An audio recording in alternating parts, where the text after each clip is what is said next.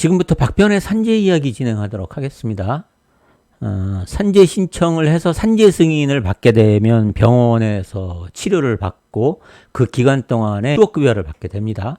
그리고 산재 요양이 종결된 이후에도 장애가 남게 되는 경우에는 장애급여를 청구할 수 있는데요. 이번 시간에는 산재 장애급여는 어떻게 청구하는지, 그리고 장애 등급은 어떤 절차를 거쳐서 결정되는지 알아보는 시간 갖도록 하겠습니다.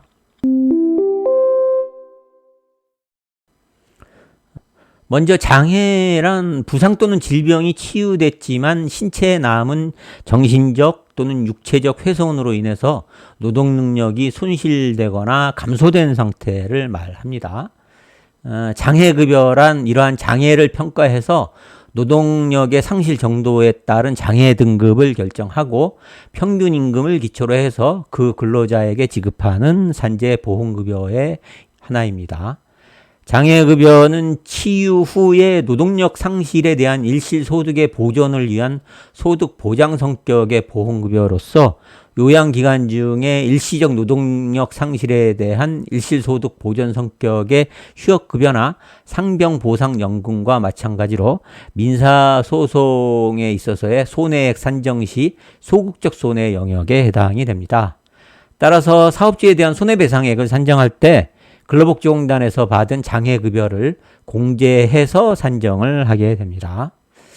장애급여를 청구하기 위해서는 산재 근로자의 요양이 종료되고 치유된 상태에 이르러야 합니다.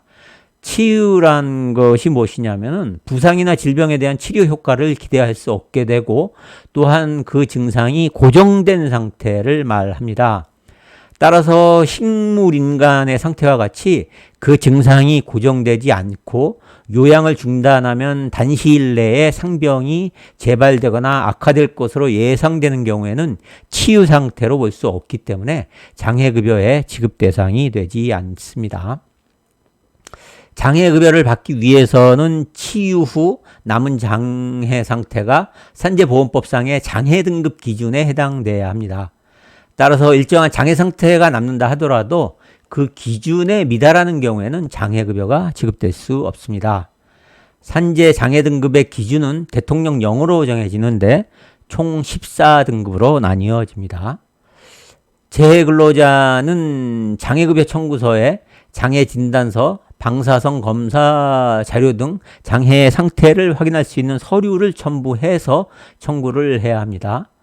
장애진단서는 원칙적으로 요양을 종결할 당시에 산재보험 의료기관에서 발급받아야 하지만 예외적으로 종결 산재보험 의료기관에 장애를 남게 한 상병에 대한 진료 과목 또는 장애진단을 위한 검사 장비가 없거나 그 의료기관이 휴업, 폐업한 경우에는 수술 또는 치료 등을 한 다른 산재보험 의료기관에서 발급받은 장애진단서를 제출할 수 있습니다. 이 경우에 수술 또는 치료 등을 한 다른 산재보험 의료기관이 없는 경우에는 공단이 지정한 산재보험 의료기관에서 발급받은 장애진단서를 제출할 수도 있습니다.